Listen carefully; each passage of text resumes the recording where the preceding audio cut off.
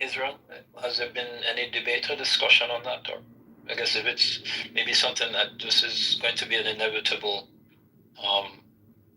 risk or danger of the outcome of prosecuting this battle for greater security for Israel. I'm just curious.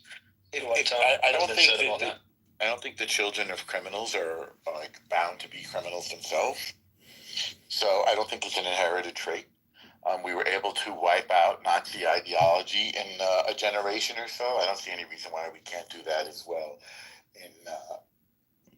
in those areas of the region where there are terrorists. I don't see there's any reason why we can't wipe it out there as well. Well, I wasn't suggesting not the terrorists, but the families, the children. I mean, I wouldn't suggest that a 5-year-old or someone who's lost his dad, is thinking anything other than revenge for his father or mother or sister. Well, brother that's a crime. Died, that's a crime in the war.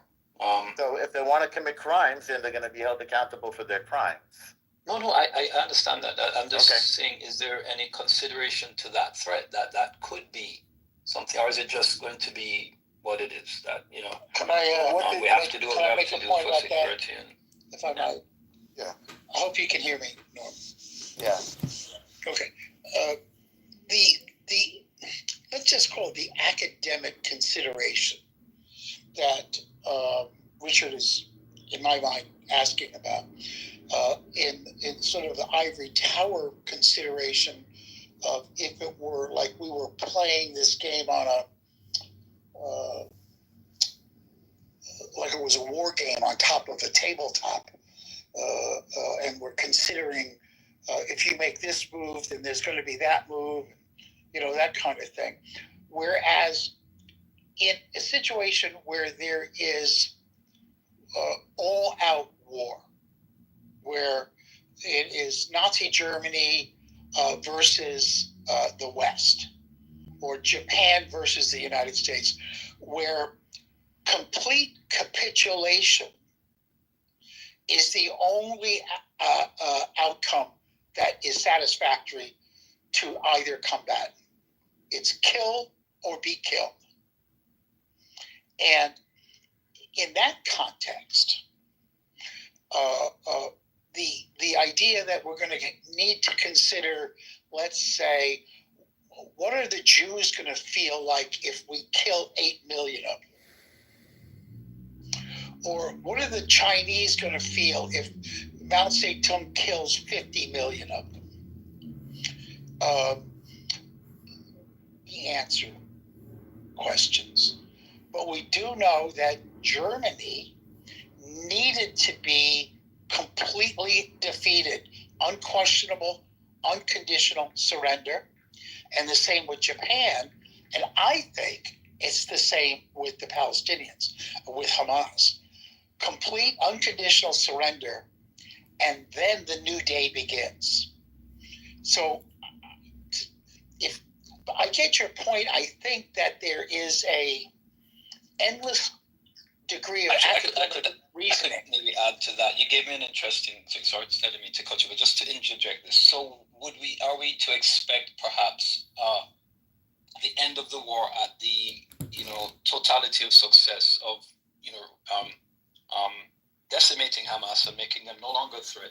Janet Keys. Are we to expect Israel to go out of its way in the opposite direction to help and assist the Palestinians who to rebuild and regrow and normalize after this war, or will nothing? Well, I think there could be a Marshall Plan of some kind that is a generational kind of plan that includes Gulf states and European nations. I think that's and Israel will be a partner in that process. But it will never sacrifice its own responsibility for its own security. Because the United States is not guaranteeing Israel's security. Israel is guaranteeing Israel's security. So, but I think, yes, there will be a... Drop that again. Well, this is what Richard, well, he got a phone call. This is this is sort of a difference, I think, between Israel and its enemies. Israel's always been, and the West has always been development minded. So what did we do after we defeated the Nazis? We didn't grind the Germans down and make it impossible for them for 1,000 years. We built them up, and we gave them a foundation. Please don't for a prosperous society, and Germany does really well now, and it's even been reunited amazingly. So that would be, I think, the approach of the Western world, and in this regard, Israel is a Western-style nation. That's been the approach to offer people a comfortable, prosperous, I'll even say middle-class lifestyle, as enjoyed by Germany and Japan. Whether the Middle East is ready for that kind of a life, the Gulf nations have turned their direction in favor of, I think, increasing civil rights, increasing human rights, increasing democracy. They're a long way off, but that's their orientation. That's the Gulf. Not so true, obviously, in Syria. Remember the westernization of Turkey. It was a very interesting idea by Ataturk. You know, take off your fezzes, take off your head covering, and become more secular. That was what Turkey wanted to do, and they made their way into NATO. They're one of the NATO powers now. So the future, I think, is in question, and hopefully they will embrace Western values. If not, then there's going to be, I think, more bloodshed. Well, Norma, you would say you could look at how long Nazism. What's that? Can you? I was going to say you have to look though at how long Nazism has affected the German society, and how long have these radical components, some call Islamists, or jihad, etc. How long has that been within the culture? And I think it's not something that you could just eliminate in a generation like you could with Nazism, because Nazism was more new and not as entrenched. I honestly don't know. Because, think about the French Revolution. It was incredibly violent. It had liberal values, but they also had the Jacobins. Think about all of the violent history of Europe. Think about the violent history of the United States. Let's say that the United States took 200 years before it became civilized and a beacon of liberty and equality. So, I don't know what the timeline is exactly. I don't know. Sometimes a lot of people on this app give me grief. They criticize me for saying that if Islam does not have to be destructive. Well, I stand on that as a liberal Jew.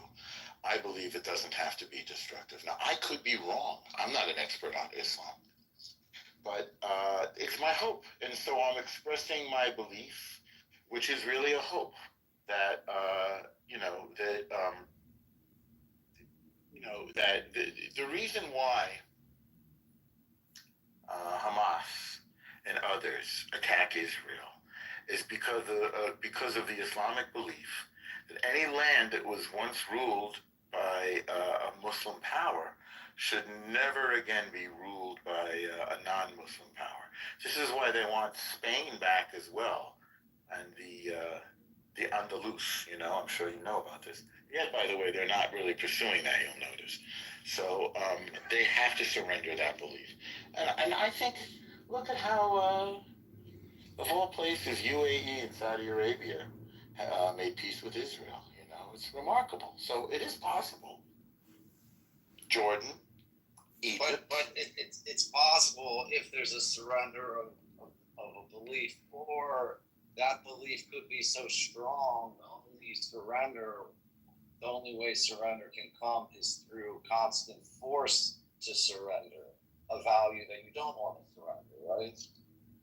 So there's that component as well. The voluntary surrender or forcible surrender. And I just don't see it happening without force. What happened with the Saudis and UAE and Bahrain and Morocco and I hear you. I hope so. Have you guys seen this Netflix series called Fauda? Fauda. Yeah, of course. Fauda. Oh wow. Yes, it is. Absolutely. But it deals with all of these questions. It's very powerful. Is it a documentary series or? No, it's a theatrical. It's a drama, theatrical drama, over 5 seasons, and it is a what do we call it? An intimate view of the Palestinian-Israeli conflict from the perspective of intelligence agents and armed squadrons on both sides. The head of Hamas intelligence, the head of Israeli intelligence, their operatives, their tactics, their spies, the weapons that they use, and it's violent and very difficult to watch in points, and the entire gestalt. Norm, I hope you like that word. Well, the entire gestalt of the conflict is included in the writing of the drama of the series, and many hearts. Your interruption is disrespectful. Oh my God! Stop crying and just fucking talk. Shut the fuck up. As I was saying. You know what, Dr. Adams? Cut this nigga off again, because what the fuck is going on? Why are you interrupting someone who's speaking? Well, because what you're saying is stupid. Okay, you can still not speak. Wait. Is this Jasmine? Is this Jasmine? No, I'm not Jasmine. No, Okay. Hello? Either way. Yeah, I wasn't trying to stop you from talking. Did everybody else see me go on mute after I said that's cat? You can be respectful like everyone else is. Have your emotions, but not I'm literally rolling off the red carpet for you to talk. I'm gonna waste my entire Sunday just being disrespectful and talking over everybody because I don't give a fuck about this app. I don't give a fuck about none of yous, and I'm here for the social media clout, so suck my big black dick. This is Adrian Dittman. I am complete. Please stop. As I was saying, this is a culture that teaches women to be lazy and not take care of themselves because this is how it is. Okay, you just repeated yourself for like the 5th time. Like, yes, can you say something else? Shut the fuck up so I don't have to. Well, Billy, let him finish, because when Isaiah cut him off, he didn't say any of this. He didn't say any of this when Isaiah cut him off. But as I was saying, and this is a perfect example of what I'm referring to. That's why you in the Matrix, Dark. Keeps fucking. I mean, so he's not in the Matrix. Shut the fuck up. He was for a second. This is a perfect example of what I mean. Nobody called you gay. Why'd you just call yourself gay? None of these women seem to have any decorum. Did you just call himself an incel? Isaac, I apologize. I need. Well, those are the kinds I like. Yeah, it's easy to watch like 5 of them in a row, you know.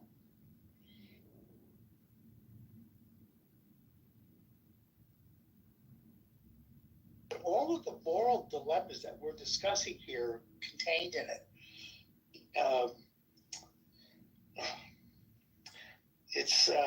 I wanted to mention the tunnels because I think that one of the revelations of this post October 7th was the discovery of the tunnel system that Hamas had developed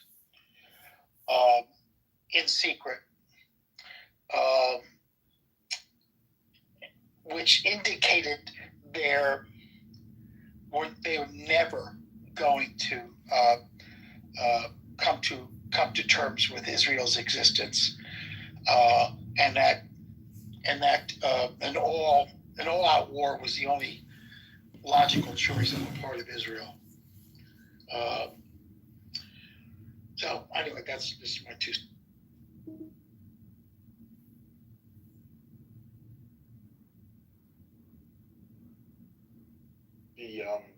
One of the huge problems is the spread of this infection of terror throughout the civil society of Gaza. So when I think about Fauda, which means chaos, it opens with an Israeli operation in a mosque in Gaza where there's a bunch of terrorists hiding. So once you start mixing terrorism with mosques and hospitals and schools, then when finally war comes, as it will come inevitably, those very same institutions that you have infected with terrorism are going to suffer. And that's what we see now, unfortunately. Right. And that was a tactical point, or the point of the tactics I was alluding to earlier, that, they're not respecting the sanctity of the people that they have around them, that they're purporting to protect, by exposing them to danger like that. They're almost daring, the other side to cross these lines, and it's just a sad, I guess, reality of extreme war. When war goes to the extremes, when the rules or any kind of morality is not really observed, that, one side invariably drags it to where it maybe ought not go or need not go. But, the rights and wrongs of wars, can get very blurry, if not be completely obliterated by the tactical demands of war, and the need for total victory. So, John, you're saying that you thought you made a point in the chat. So it seems like maybe you need more. I guess I'll call it education. Would you like to try to make another point, John? I'm enjoying the current conversation going on now. Okay. Yeah. I think you guys are both making really good points, but I kind of wanted to point out something you mentioned about the universities being overrun with terrorists. I don't really agree with that, considering I do think a lot of some protesters, they're just, people out looking to do anything that's popular, but there's also a lot of American Jews that are saying not in my name, so I don't think it's all just people who are dishonest. There's a couple of them. I think most of them are. It's not the mainstream of society. It's not the mainstream of America. It's certainly not the mainstream of Jews. There are a few, I would say, grossly misguided Jews, including, by the way, the daughter of Doug Emhoff, who is married to Kamala, who ran for president of the United States. There are some misguided people. There are some people who say we had a president of perhaps the most famous school in the world, Harvard, say in front of over 1 billion viewers that to call for the genocide of Jews is not to call for the genocide of Jews does not necessarily break the rules of that institution. It depends on the context. Now, could you imagine calling for the genocide of any other people being a question of context? It depends on. Are you the referring context. to the press conference at the No, I'm referring to the congressional hearing. No, I'm referring to the congressional with the hearing current president of the president of Harvard, Claudine Gay, when asked. And remember, she wrote the rule book, so she knew very well that it was against the rules. She wrote the book. You're not even allowed to call somebody fat on the Harvard campus or use their wrong pronoun. But when asked if calling for the genocide of Jews violates Harvard's rules, she said, quote, "It depends on the context." Well, now, that is both a moral and an intellectual failure of immeasurable size. How could she screw up that badly in front of billions? And for this, of course, she deserved to be lost her job. That and the plagiarism. So, So for the fun of it, they should have asked her, what context exactly? I'd have been curious to hear that answer. Because it seemed very, kind of wrong, Like, what context could that be? I can't even imagine, to be honest. Where why would she say that? Would be, I wonder. I wonder too. I heard that. Like, what? Yeah. Look, so, John, Jews have been chased on campus. This is stopping now. Because finally, local and state and federal government are stepping in. They've been trained, they've been chased, they've been attacked. Synagogues have been attacked. Jews have been attacked. That's changing. It's intolerable. I don't know what your race and ethnic background is. I wouldn't tolerate it for 1 second if you were attacked because of your identity. And I'm certainly not going to stand for the people attack Jews because of their identity. So, when we talk about college campuses, I think people have awakened and are refusing to tolerate the sort Please don't scroll. I'm just trying to be genocidal a big content creator one day. Yeah, but everyone is their own worst enemy. enemy. Marshall left. Maybe this conversation's getting boring, huh? Go ahead. Yeah, so I mean, regarding the clothing gay situation, personally, the university I go to, like I mentioned, one of your alma mater is I'll probably dox myself here, but my university is very Zionist. I think they just put in the rule book that if you anti-Zionism is anti-Semitism. So I just think what calling gay was mentioning is that the role of, I think when she meant it depends on context, I just think that maybe she maybe misspoke and she meant that there's probably a difference between protected speech and prohibited speech because, some speech can create a hostile environment, but at the end of the day, because genocide is because there are some harmful ideas that may not always violate free speech protection because there may be the U.S. has free speech protection, universities have free speech protections. Okay, let's slow down. You got a lot of there's also intent in academic context. Hang on. Hang on. I want to encourage you, since you're a junior in college, to formulate your sentences before you speak, because you're sort of contradicting yourself. You're all over the place. So, number one, if somebody, God forbid, says,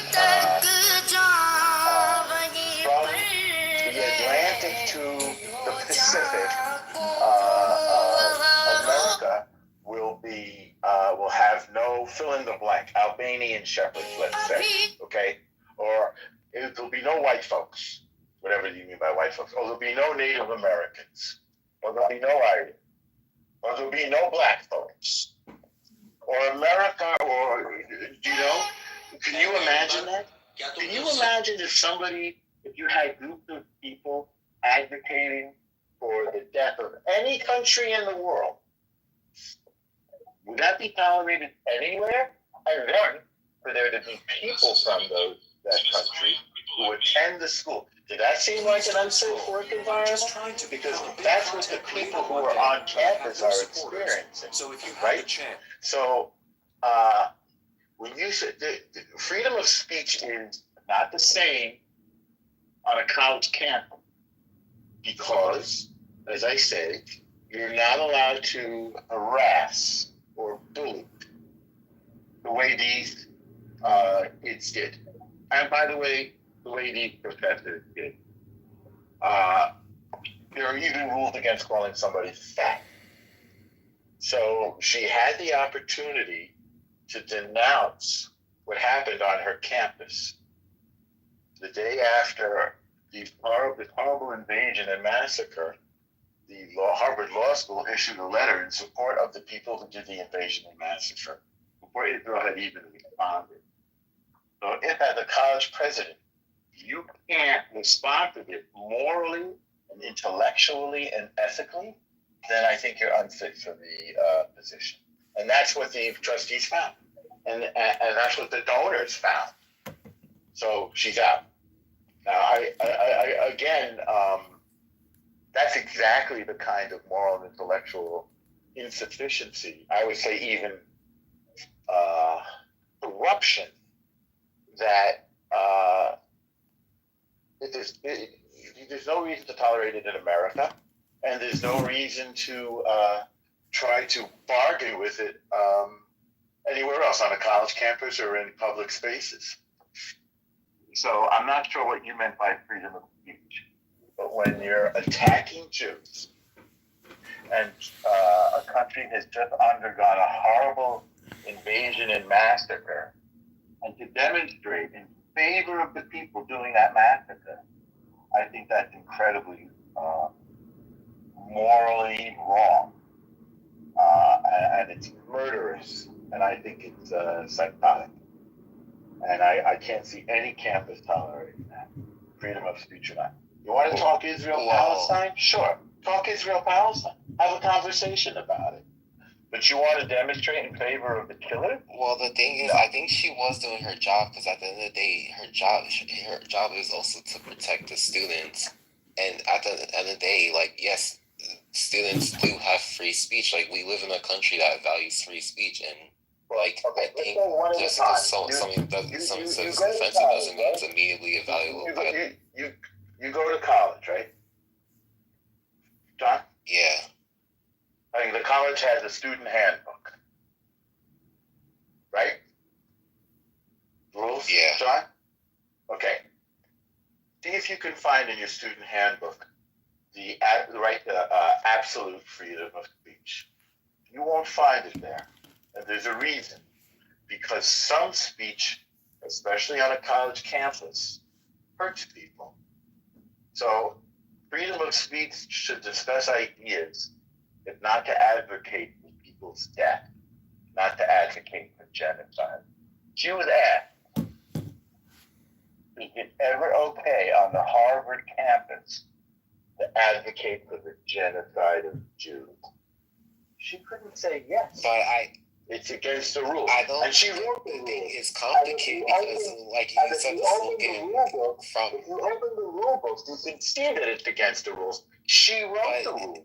The thing is, I think it's a tightrope, because when you mention they were saying like genocidal slogans, and you said the genocidal slogan was like "River to the Sea," not everyone really knows that's quote unquote a genocidal slogan. I mean, it's "River to the Sea, Palestine will be free." You know, that can be misinterpreted to mean like, oh, just like Palestinian people and Jewish people. It could also mean, you know, like Palestinian people can live like with human rights. So I think it's just but that's not it's what they say. Like a tight road, because. Yeah, and by the way, do you know what? John, hang on a second, John, slowly. John, two things. First of all, do you know what river and what sea? Yeah. Go ahead. You want me to? I'm asking you what river, what sea? The Jordan River and the rather Mediterranean Sea, I believe. Yes. What did you call it? The what? Right? What Mediterranean? The Mediterranean Sea. Very good. Correct. I don't know how many of those students knew that. That's number one. I mean, I think a lot probably. So what is between the Jordan, if you know, what is between the Jordan and the Mediterranean?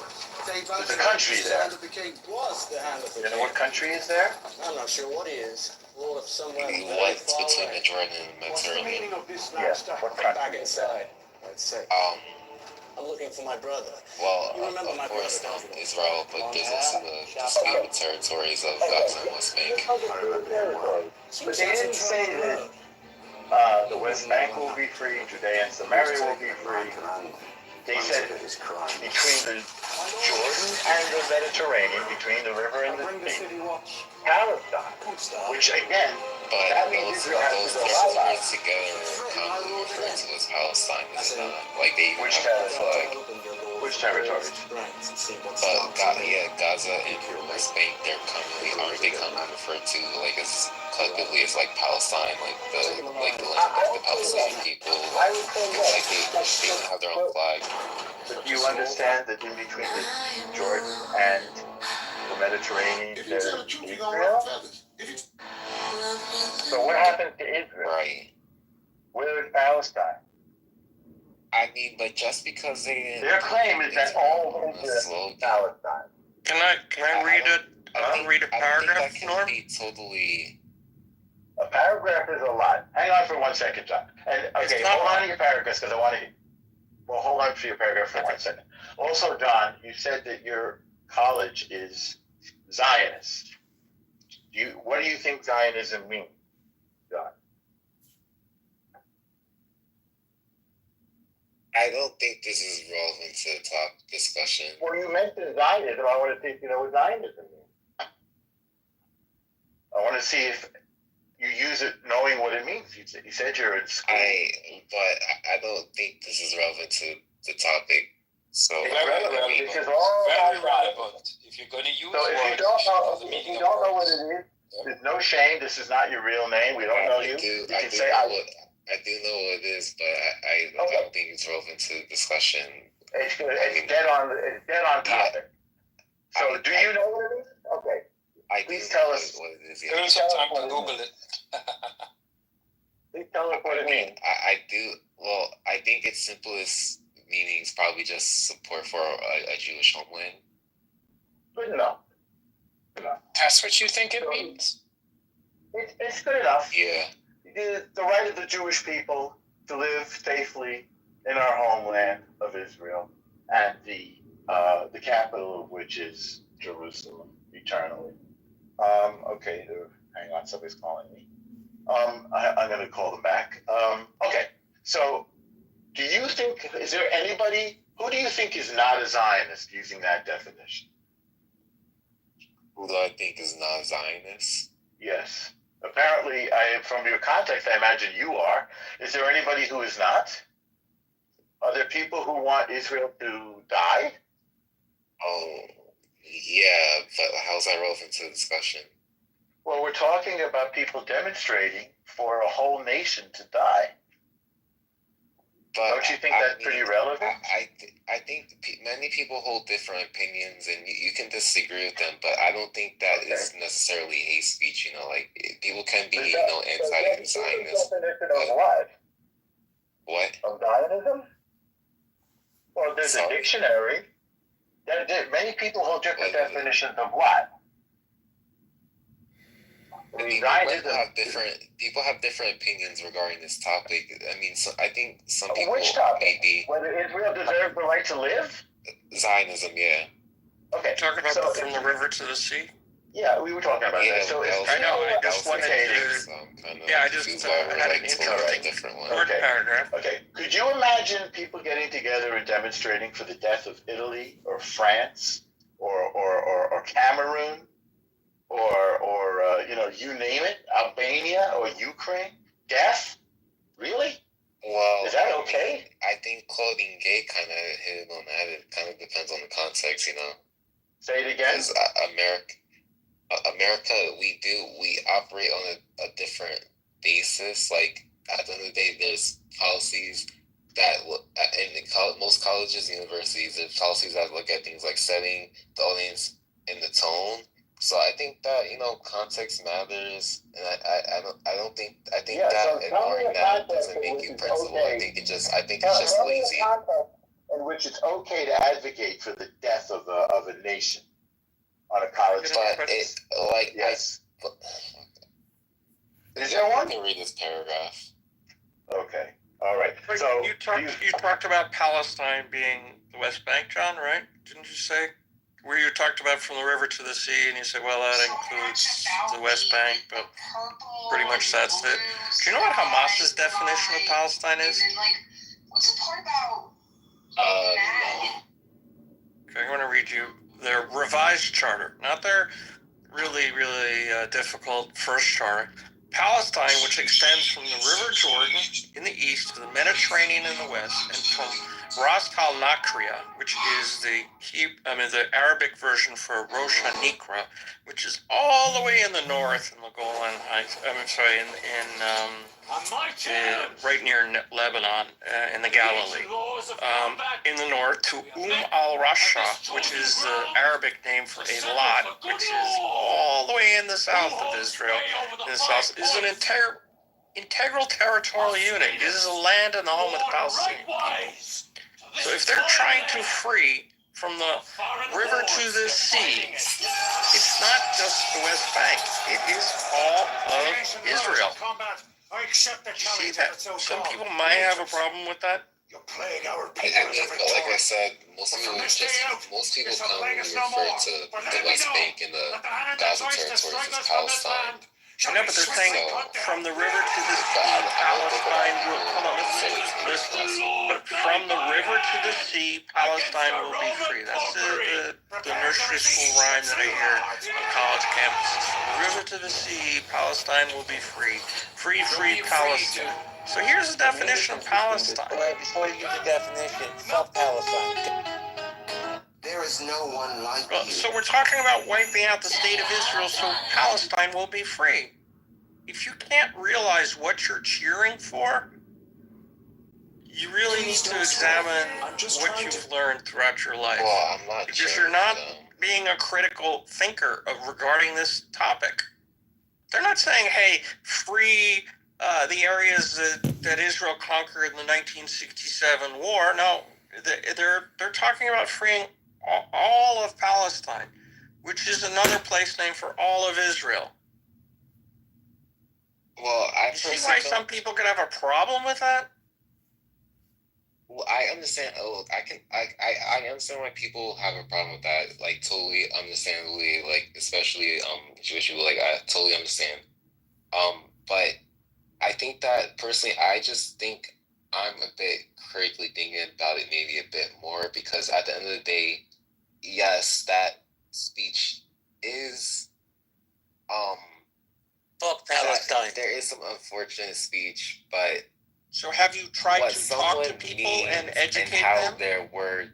Sorry.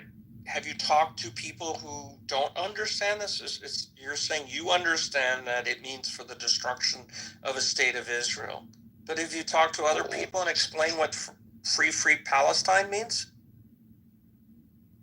Well, yeah, I do talk about this conflict among people, I guess.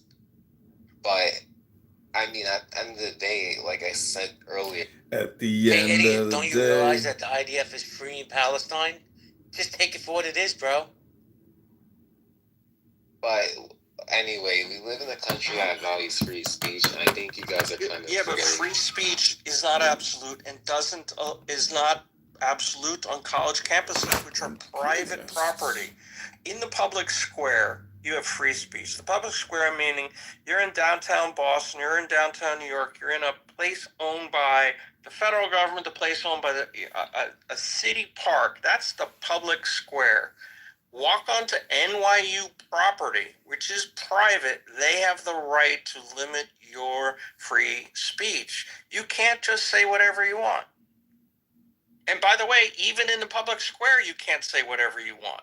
You can't say, I want to kill so-and-so next Thursday with a bullet to the brain. That's a call to violence. Free speech does not permit that.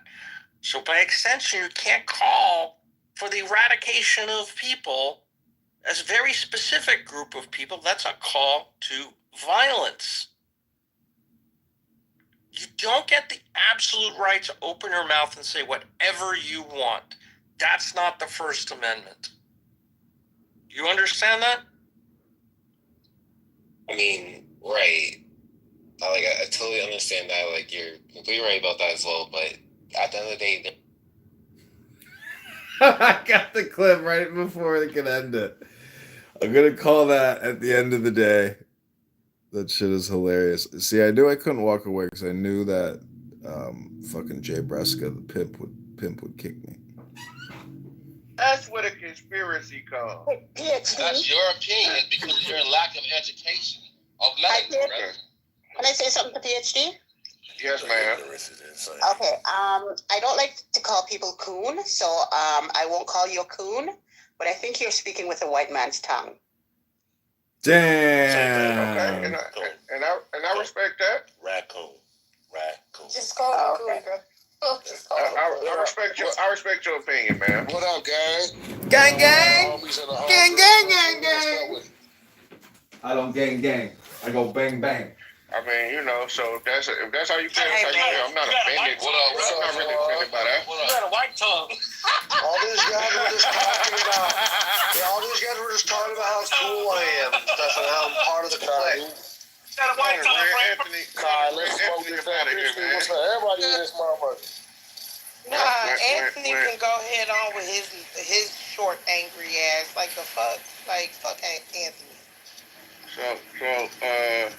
So anyway, I don't know how we. All right, I'm about to move my car right here so y'all can have that walkway. I don't know how we got into that. Go. I don't know how we got into that though, but yeah, we was talking about racism, and then I made a little joke about how y'all conspiracy theorists and y'all believe that they killed that boy to take his organs. So, but anyway, is Brandon still here? Brandon gone. Look, we know that racism is well in here. There go my favorite white guy. No, Scrub my favorite white guy. Matt my second favorite white guy. So we got my two favorite white guys in the room. You just switched up. Okay. I actually like Matt more than I like. Yeah, we all like Matt more than we like Scrub. I've been in political rooms with Matt. Like, me and him. Better shut up, ladies, or else you find the power around here. You better shut up. I ain't never been On hood. by Matt. On hood. Like, played into this. Scrub is a cracker ass cracker. Matt is cracker. That is a saltine. Oh, there go my boy Amari. Amari and Coon just like me then.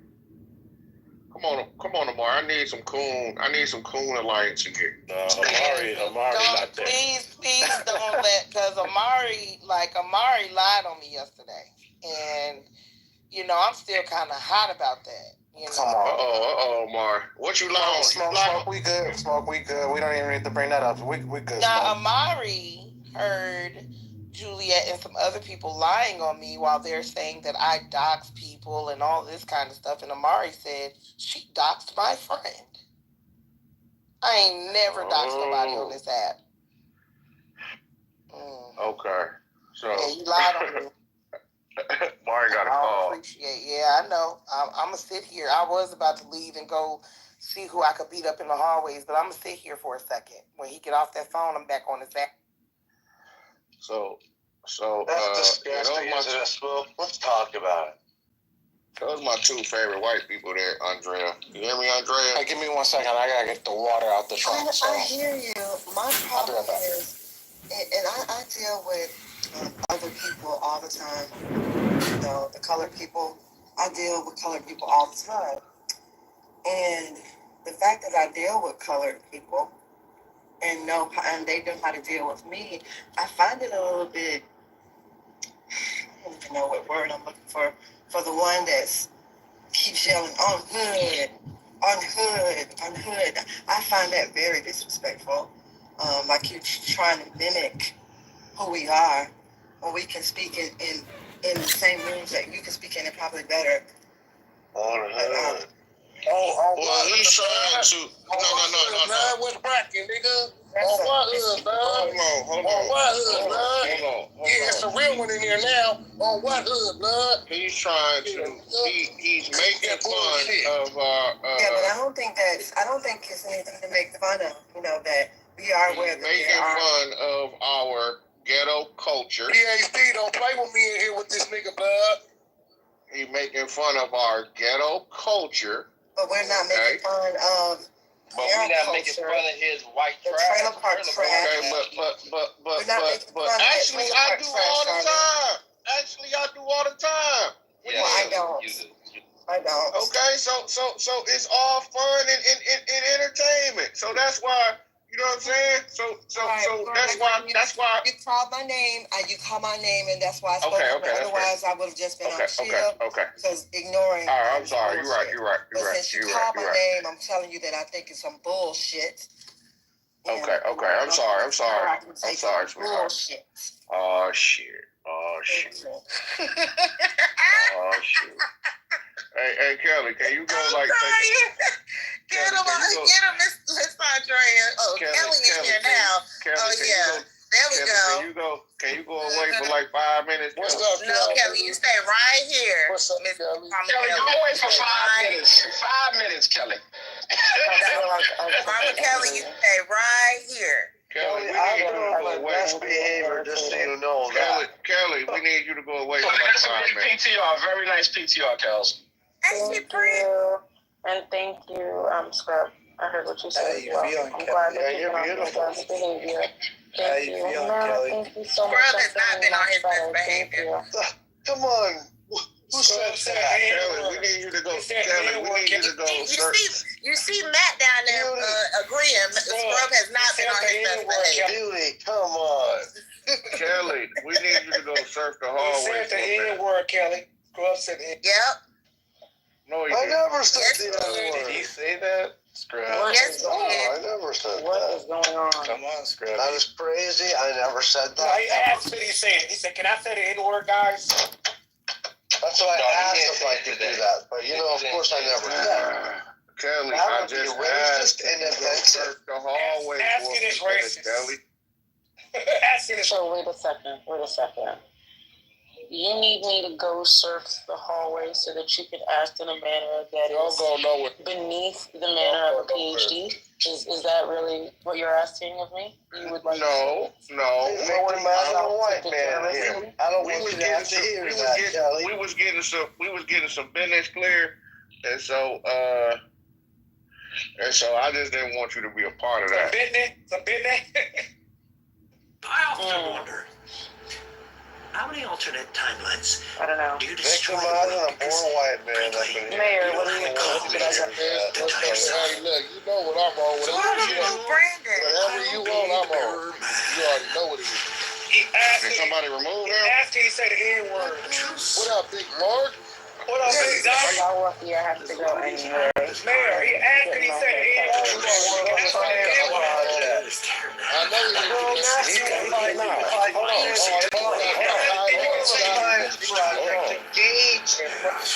Hold on. He called me one. He done called me one twice in here. PhD let him make it, and he called him one. That's a fact. I know you bullshit. That's a fact. No, he ain't lying. He did. Oh, John, I called you a nigga.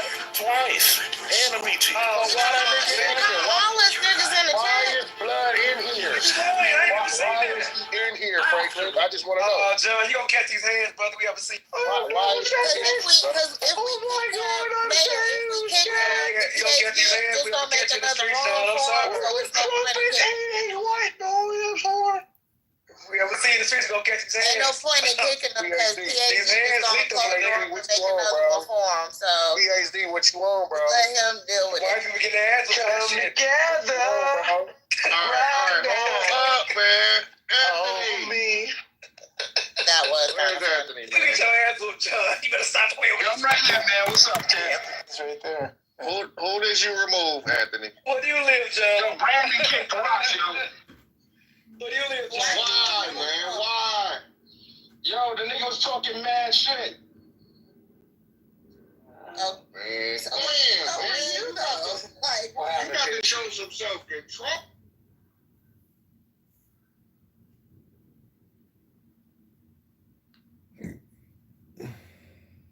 Hello? Hi, what's up, my nigga? Where you from?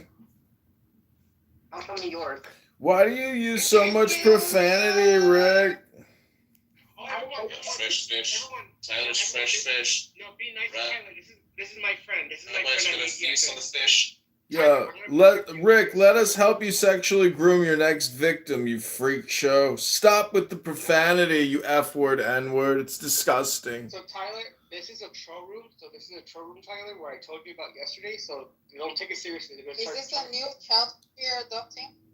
Yes, this is a new child we're adopted. This So is let's Tyler. see how long this one lasts. Tyler, look out. He's a homosexual pederast. Yeah, and I'm a lesbian pederast. Yeah, and Abby's a lesbian bitch. Pederast, not a bitch. You're what? What? Pederast, not a bitch. This app was promoted to me because... Are you a girl or a boy? Do you have sisters? I have a dick. I'm a boy. Wow. Do you have sisters? My only sibling has a dick. He's a boy. Okay, you guys, I'm going to bounce out of this intellectual conversation. You guys have a great evening wherever you are. Check your coupons. Make sure you check all the calls coming in and out of the clown house. So the Tyler I met yesterday, he's from like Chicago, I guess. This is Abby. She's from Auschwitz. Chicago. I'm from New York. Oh, you're from New York? I don't know if I want him. Are you from Brooklyn? We're going to big kingdom. How old are you? How old are you? I am 62. It sounds Jewish. Yeah, you sound. Is this Travis? This is not Travis. I'm not Jewish. I'm not Jewish. I'm Tyler. I'm 14. What? He has a voice changer. A voice changer? This is What's a Travis. voice? Who's Travis? We don't do anything. Oh my God, Adrian, stop it. I reserve the balance of my time. I'm recording you. I reserve the balance of my time. Adrian, we're gonna report you, Adrian. All do is. Underrate the minor. There you go. Wait, Ryan. We don't do it big kingdom. That's word N-word. Ryan, this app was literally promoted 12 and up. I don't know why it was promoted. You can check this app in the App Store for teens.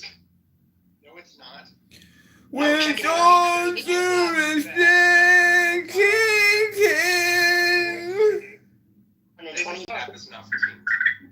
Yeah, it was made for teens. With all due respect, kingdom. Oh, honey, do you want some raw milk or what? It says Clubhouse. Hey there, we consider improving. With all due respect,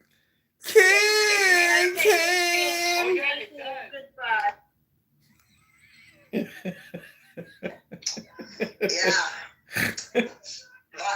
Like, it's just. Who the fuck muted me? I wonder. They also looted the banks as well, too.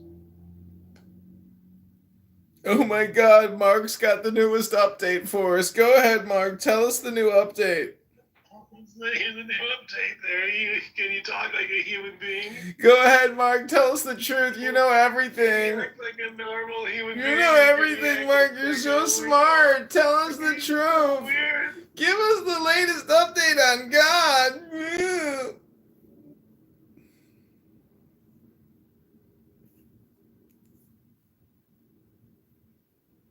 Hello? Hello? Mark? Mark, your mother's calling. She wants to know why you haven't called in so long. She says you're busy on Clubhouse all the time, informing all the theists about the truth of atheism. Hello? Mark? Hello? I'm in. So if black, like with black women, he's constantly. Hello? That's right. He abuses women for social media point scoring systems. He's interested in embarrassing women to fulfill. من الرجالة كتير اتقابلت معاها في حياتي، سواء في شغلي ولا في غيره. أنا مرة أصلا كنت لسه متوظفة. So that, you could just wander out in the streets and give away all your clothes to the beggars and let go of the whole thing, let it all hang out. Wouldn't it be crazy to have that courage? You look into yourself honestly. You find that inside you're actually a quaking mess of sensitivity. No? So that this desire to be the great mystic is nothing more than a symptom of your quaking mess. It's self-defense.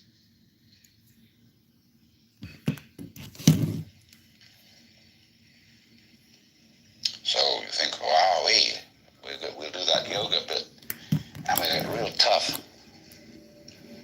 But that only means you're going to be increasingly insensitive.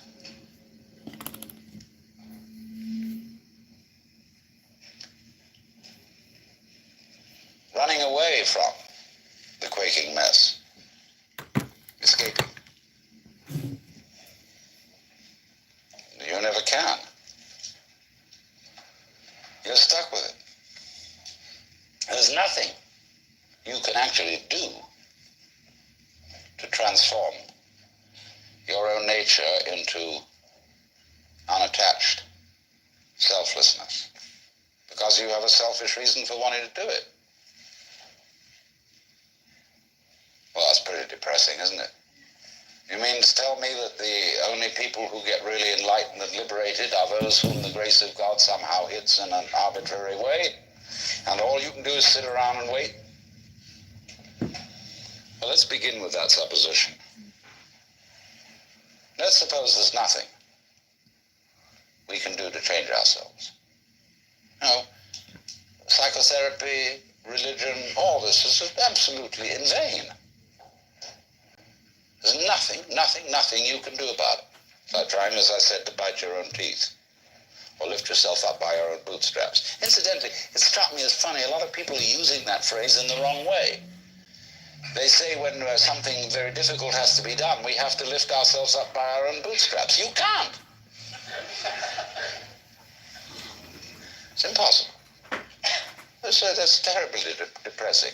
You mean, Alan Watts, you come here simply to tell us that there's nothing we can do? I mean, here we are all presumably assembled in a cultural milieu, spiritual milieu, psychotherapeutic milieu, where we are supposed to get better. And I tell you, there's nothing you can do about it. Well, I say, give us our money back. Go to somebody else who'll be more encouraging. But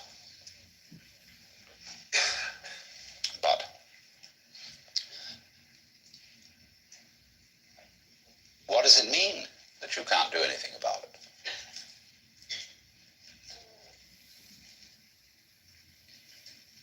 It's singing loud and clear. The reason you can't do anything about it is that you don't exist.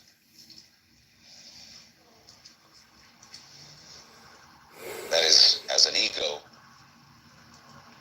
as a soul, a separate will, it just isn't there. Well, when you understand that, you're liberated.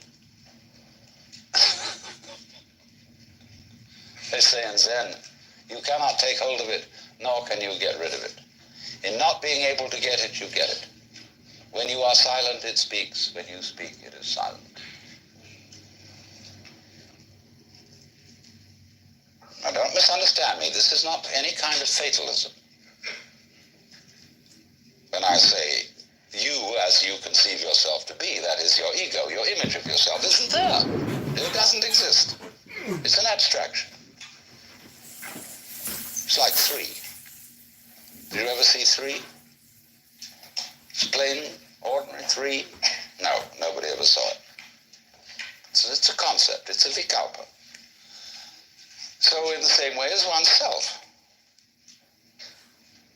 There's the happening, the suchness. Yes, sure, you bet. But it's not pushing you around because there's no you to be pushed around. In other words, there's no billiard ball on the end of the cue. There's the cue. It goes this way and goes that way.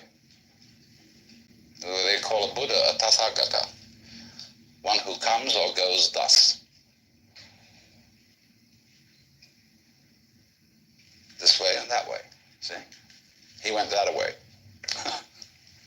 So, this illusion of the persecuted ego who is pushed around by fate, it has altogether disappeared. And so, likewise, the illusion of the ego who pushes fate around has also disappeared. There's a happening. So, in this, do you see what has happened? By dying to yourself, by having become completely incompetent, and found that you don't exist, you're reborn. You become everything. In the words of Sir Edwin Arnold, foregoing self, the universe grows I.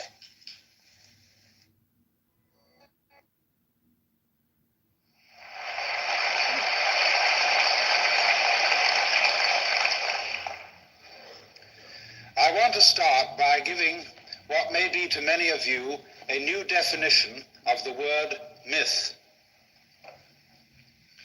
As normally used, the word myth means an idle tale, a fable, a falsehood, or an idea that's out of date, something untrue.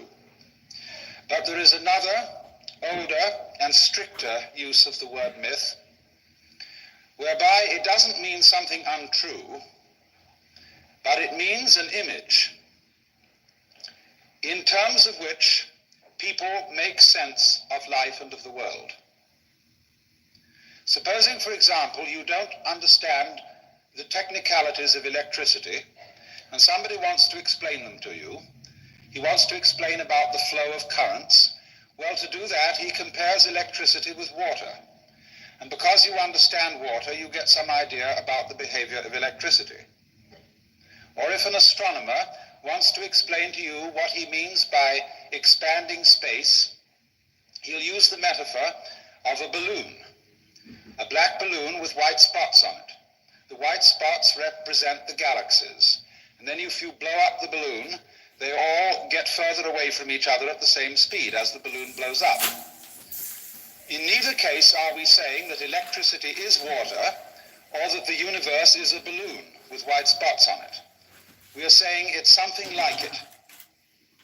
And so in the same way, the human being has always used images to represent his deepest ideas of how the universe works and what man's place in it is. And tonight I'm going to discuss certain aspects of two of the greatest myths in this sense of the word, which have influenced mankind's thinking. First of all, the myth of the universe as an artifact, as something made, as a carpenter makes tables, chairs, and houses, or as a potter makes pots, or as a sculptor makes figurines. And on the other hand, the image of the world as a drama, in which all the things in the world are not made, but acted, in the same way as a player acts parts. For these are the two great images which govern respectively the religions of the West, descending from Hebraism, that is to say, Hebraism itself, Christianity, and Islam, and on the other hand, the myth which governs those religions which have had their origin in India, most particularly Hinduism itself, and to a lesser extent Buddhism. And I want to make it perfectly plain, before I go any further, that in talking about these two great religious traditions, in terms of images, I'm talking about the way they express themselves at a rather popular level. Sophisticated Christians and sophisticated Hindus think beyond images. For example, a Christian may think of God as the Father, But a sophisticated and educated Christian does not imagine that God is a cosmic male parent with a white beard sitting on a golden throne above the stars. Nor does a Hindu imagine literally that God is the super showman, the big actor. These images are what it is like, not what it is. And perhaps when I get through with discussing them, we'll be able to ask the question as to whether any of these images still make sense to us in this 20th century when we have a view of the world so powerfully shaped by Western science. Now let me begin then with a few things about the image of the world and thus the image of man as it comes to us from the Hebrew Bible. It's said in the book of Genesis that the Lord God created man out of the dust of the earth, as if he had made of Adam a clay figurine. And then he blew the breath of life into its nostrils, and the figurine became alive. And it said that the figurine was made in the image of God. For God, who is conceived in this particular image as personal, as a living, intelligent spirit, creates in man something like that. But you must note very definitely that this is a creation, as the potter makes a pot out of clay. For the creature that the Lord God has made is not God. The creature is something less than God. Something like God, but not God. And you will see some very interesting consequences follow from this idea of the world as an artifact. What follows from it is that the whole universe is seen as a marvelous technical accomplishment. And that's what I'm going to do. And if it is made, there must be an explanation of how it is made. And the whole history of Western thought has in many ways been an attempt to discover how the Creator did it. What were the principles? What were the laws laid down? What, in other words, was the blueprint that underlies this creation? And this image has therefore persisted throughout Western history and continues on into a time when very many people do not believe in Christianity or Judaism or Islam. They are, you might say, agnostics or atheists, but they still carry on something of this idea of the world as an artifact. If you are a Christian or a Jew, you believe that the world is the artifact, the creation of the intelligent spirit called God. But if in this culture you are an atheist or an agnostic, you believe that the world is an automatic machine without a creator, something which made itself. We might say then that our original model of the universe was the ceramic model. And the Bible is full of references to God as the potter, who makes the world out of obedient clay. But when Western thinkers in the 18th century began to drop the idea of a personal God, they kept the idea of the artifact. And so we could say that after the ceramic model of the universe, we got the fully automatic model. And still, you see, underlying our way of thinking about things is the question, how are they put together? And if you want to find out, one of the obvious ways to proceed is to take them to pieces. Everybody knows that if you want to find out how something is made, you unscrew the parts and see what the secret is inside the box. And so Western science in its beginnings took everything apart. It took animals apart. It took flowers apart. It took rocks apart. And then when they got it reduced to its tiniest pieces, they tried to find methods of taking those apart too, so that we could eventually discover what the very smallest small things were, and so know what building blocks the creator, or the fully automatic model, used in order to put it all together, hoping that that would lead us to an understanding of how life works. Man himself in all this was looked upon as a creation, something made. Only, there were some difficulties about this, because if you believe in the world in accordance with the idea of the fully automatic model, you've really got to admit that man too is fully automatic. In other words, he's a machine rather than a person. Man is something, in other words, that says, doffs its hat to you and says, how do you do? I'm a person, I'm alive, I'm sensible, I talk, I have feelings. But you wonder, do you really? Or are you just an automaton? Am I real, or am I just an automaton? The general result of the Western image of man hasn't been quite that. What it's come down to under the dispensation of the fully automatic model is this. We are living beings, we're very sensitive, and inside the human skin, by an extraordinary fluke of nature, there has arisen something called reason. And there have also arisen values, such as love. But this was a fluke, because it happened inside a fully automatic universe, which is stupid, because it's merely automatic. You won't, in other words, find anything really intelligent outside human skins.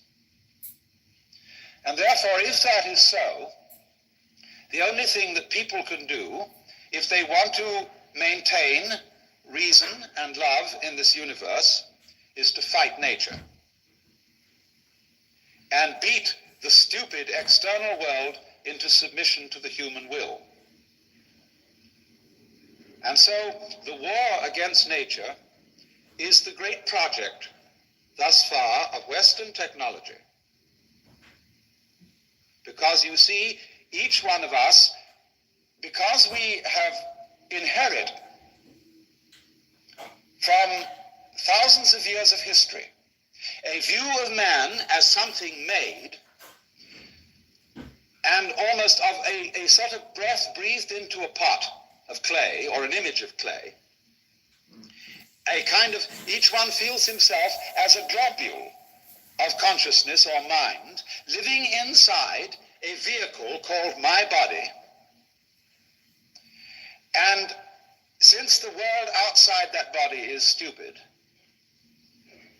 we feel estranged from the world. When we find out how enormous the universe is, that makes us as individuals feel extremely unimportant and rather lonely.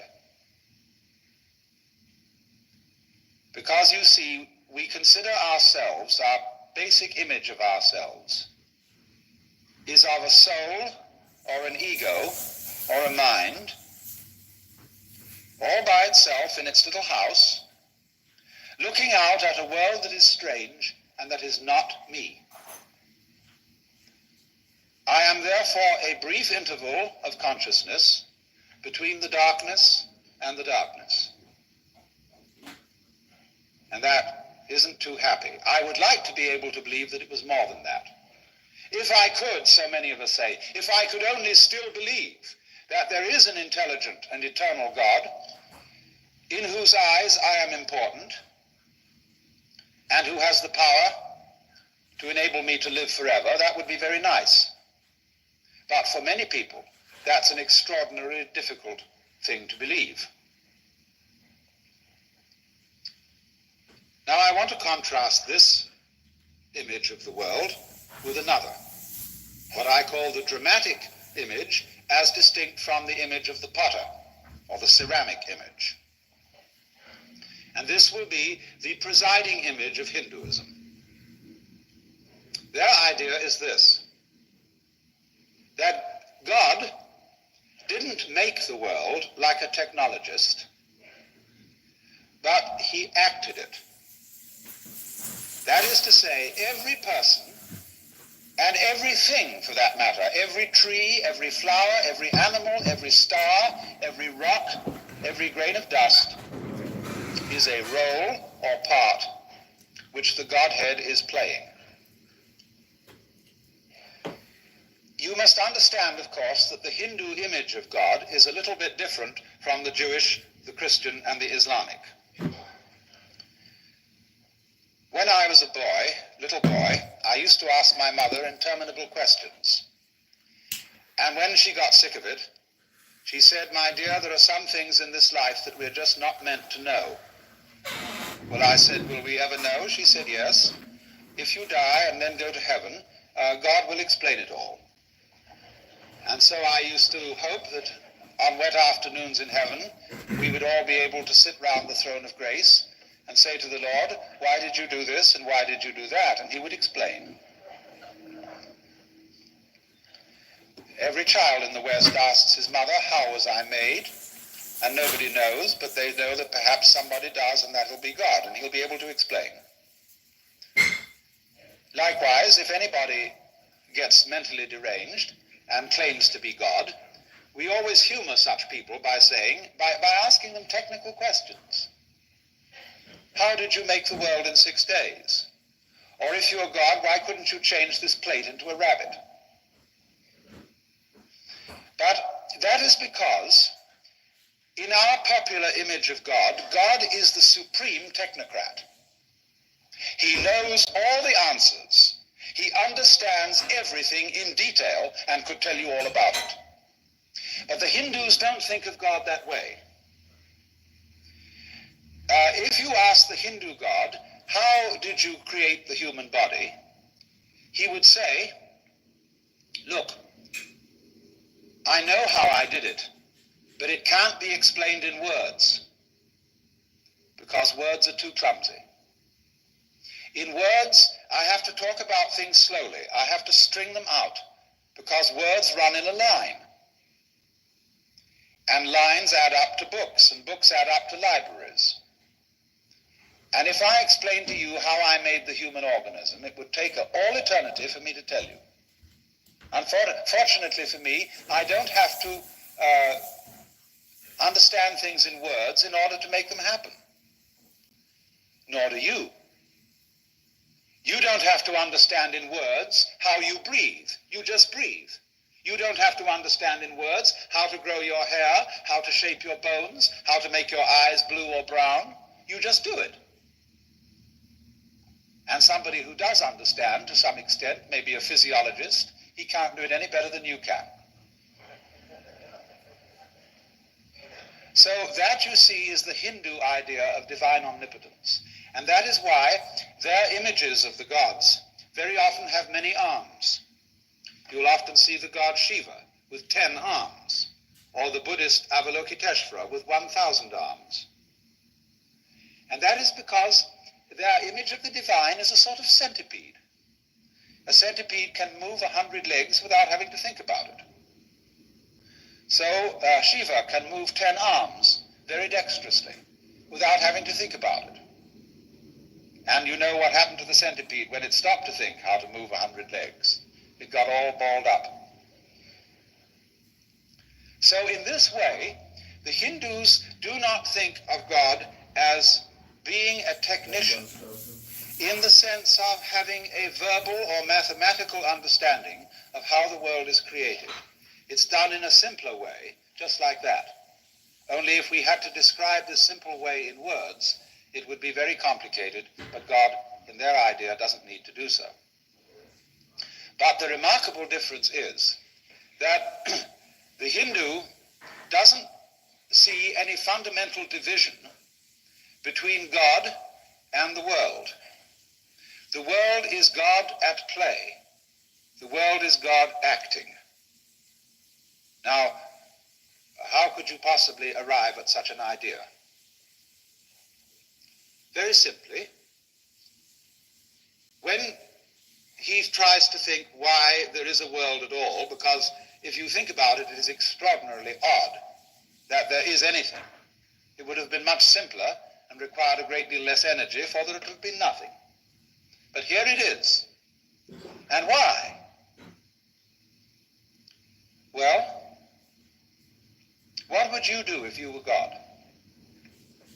Or let me put it in a simpler way. Supposing that every night you could dream any dream you wanted to dream, what would you do? Well, first of all, I'm quite sure that most of us would dream all the marvelous things we wanted to happen. We would fulfill all our wishes. And we might go on that way for months.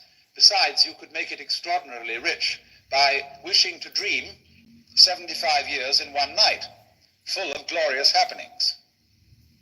But after you had done that for a few months, you might begin to get a little tired of it. And you would say, what about an adventure tonight, in which something terribly exciting and rather dangerous is going to happen? But I'll know I'm dreaming, so it won't be too bad. And I'll wake up if it gets too serious. So you do that for a while. You rescue princesses in distress from dragons and all sorts of things. And then when you've done that for some time, you say, now let's go out a bit further. Let's forget it's a dream and have a real thrill. Ooh. But you know you wake up. And then you get, after you've done that for a while, you get more and more nerve until you sort of dare yourself as to how far out you can get. And you end up dreaming the sort of life you're living now.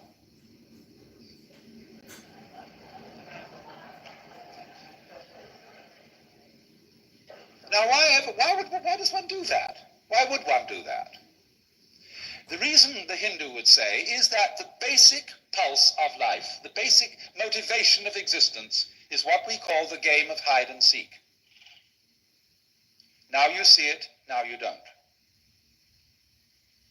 You see, everything's based on that, because all life is vibration, pulsing. Light is a pulsation of light-darkness. Sound is a pulsation of sound-silence. Everything is going at various speeds. And in order to have, say, it's like the motion of a wave. Now, a wave consists of two pulses, the crest and the trough. You can't have crests without troughs. You can't have troughs without crests. They always go together. You can't have hide without seek. You can't have seek without hide. Just for example, you can't have here without there. Because if you didn't know where there was, you wouldn't know where here was. You can't have is without isn't, because you don't know what you mean by is unless you also know what you mean by isn't, and vice versa. So in that way, they think that hide and seek is the fundamental game.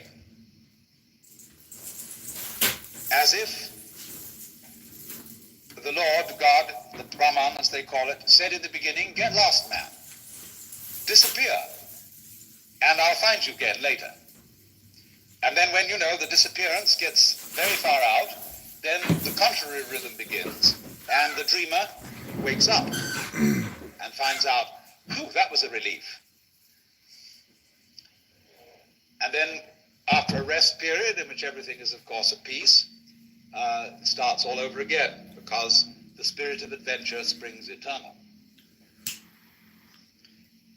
Now then, the Hindus had extremely vast ideas of space and time for their period in history, and they have the theory that the hiding part of the game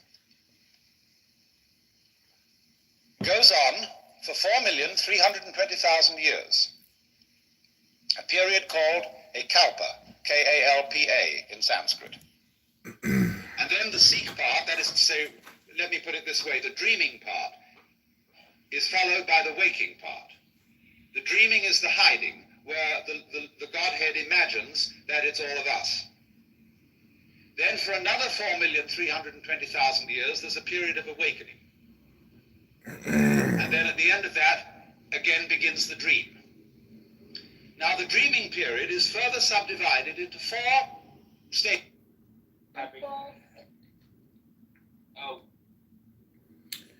Hey everybody. Hey, Rude Man, Wanda Sykes, you do remind me of the male gay Wanda Sykes.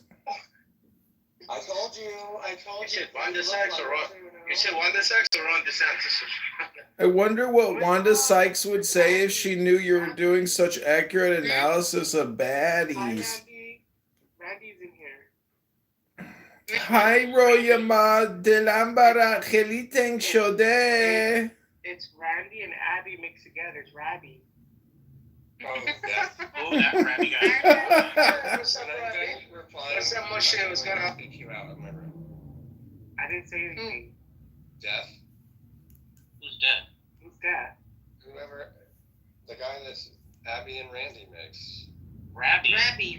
He's not. Rabby. I don't like the way he looks. He's hot. That's not him, Hampton. Whoever it is. And that's ugly as fuck. What the hell? Oh, me? Yeah. Ugly. Talking about me? Yes. No, we're talking about Rabby. No, and you're ugly too. Not you. Nah, I'm not good actually. No. How do you think he's ugly, Abby? Oh my God, this man is I don't like beautiful. Middle Eastern men. This man looks. I'm not Middle Eastern. I'm African. Not you. Any sneaking suspicion that you might not be the you that you think you are. But you will notice, if you compute, I haven't gone into the mathematics of it, but if you do, you will find out that in this drama, the forces of the dark side are operative for 1/3 of the time, the forces of the light side for 2/3 of the time. And this is a very ingenious arrangement, because we are seeing here the fundamental principles of drama. Consider drama. Here is a stage, and over the stage here is what we call the proscenium arch. And out there is the audience. Now, you're supposed to be in the world of reality. So let's suppose this isn't a lecture tonight, but a show. And you've come outside into the show, and you know you're real people living in the real world, but you're going to see a play, which isn't real. There are actors coming on the stage, but behind the scenes here, they're real people like you. But so that you don't see them that way, they're going to put on their costumes and their makeup, and then they're going to come out in front here and pretend to various roles. But you know, you want to be half convinced that what they're doing on the stage is real. And the work of a great actor is to get you sitting on the edge of your chair in anxiety, or weeping, or roaring with laughter, because he's almost persuaded you that what is on the stage is really happening. That is the greatness of his art, to take the audience in. And of course, in the same way, the Hindu feels that the Godhead acts his part so well that he takes himself in completely, so that each one of you is the Godhead, wonderfully fooled by your own act. And although you won't admit it to yourself, enjoying it like anything. Because you mustn't admit it. That'd give the show away. Now, it's a funny thing. When you say, I'm a person, the word person is a word from the drama. You know, when you open a play, that is the script, you'll see the list of the actors, and it's called dramatis personae, the persons of the drama. And the word person in Latin is persona. That means through sound. Something through which sound comes. Because the persona in Greco-Roman drama was the mask worn by the actors, and because they acted on an open-air stage, the mouth was shaped like a small megaphone, and that would project the sound. So the person is the mask.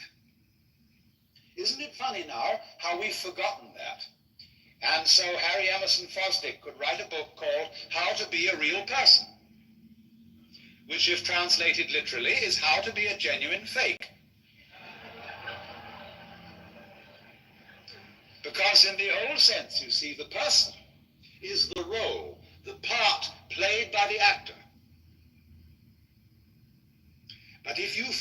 you see, that you are the actor. And you think you're the person.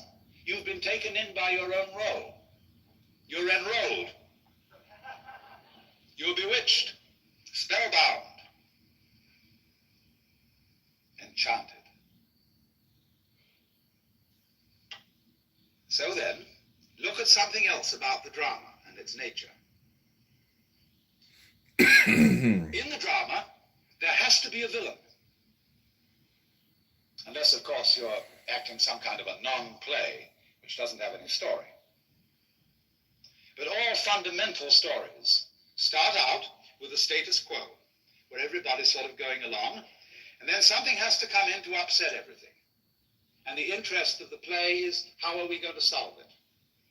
It's the same when you play cards.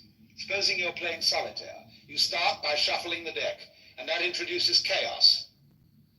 And the game is to play order against chaos. So in the drama, somebody has to be the villain and play the dark side. And then the hero plays against him. If you go to the theater for a good cry, then you let the villain win and you call it a tragedy. If you go for a thrill, you let the hero win. If you go for laughs, you call it a comedy. There are different arrangements then between the hero and the villain. But in all cases, when the curtain goes down at the end of the drama, the hero and the villain step out hand in hand, and the audience applaud both. They don't boo the villain at the end of the play. They applaud him for acting the part of the villain so well. And they applaud the hero for acting the part of the hero so well. Because they know that the hero role and the villain role are only masks. And so you see behind the stage, too, there is the green room, where after the play is over and before it begins, the masks are taken off. And so the Hindus feel that behind the scene, that is to say, in reality, under the surface, you are all the actor. Marvelously skilled in playing many parts and in getting lost in the mazes of your own minds and the entanglements of your own affairs, as if this were the most urgent thing going. But behind the scenes, in the green room, you might say in the very back of your mind and the very depths of your soul, you always have a very tiny sneaking suspicion that you might not be the you that you think you are. The Germans call it a Hintergedanke, a thought way, way back in your head that you will hardly admit to yourself. Because, of course, you've been brought up, most of you, if you were brought up in the Hebrew Christian tradition, it would be very wicked indeed to think that you were God. That would be blasphemy. And don't you ever dare think such an idea. Which, of course, is all as it should be, because the show must go on. Until, of course, the time does come to stop.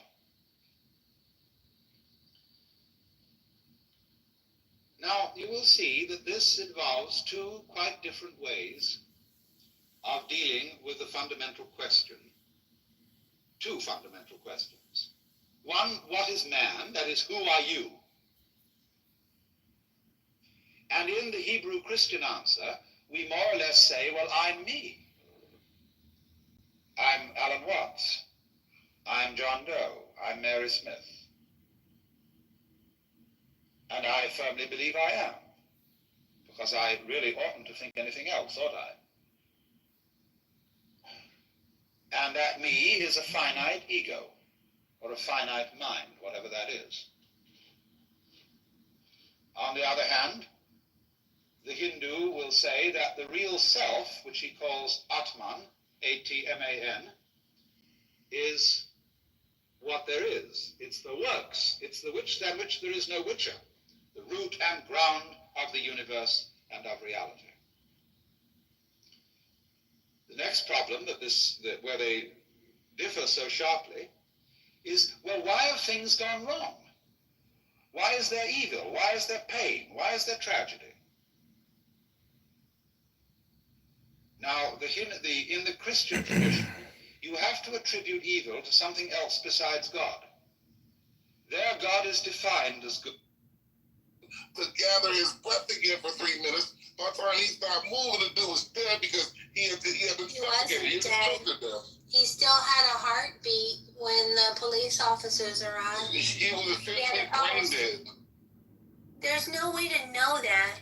Yes, there is. If you've ever been in combat sports or anything, there is. He had a pulse, and the police did not provide CPR. I don't think they're obligated to, but they sure didn't. I don't think you know how it goes, do you? The police are not obligated to provide CPR. Is that a correct statement or an incorrect statement? You can still have a pulse even though all the oxygen to your brain has been cut off and you've been declared damn near a vegetable. You can still have a pulse briefly.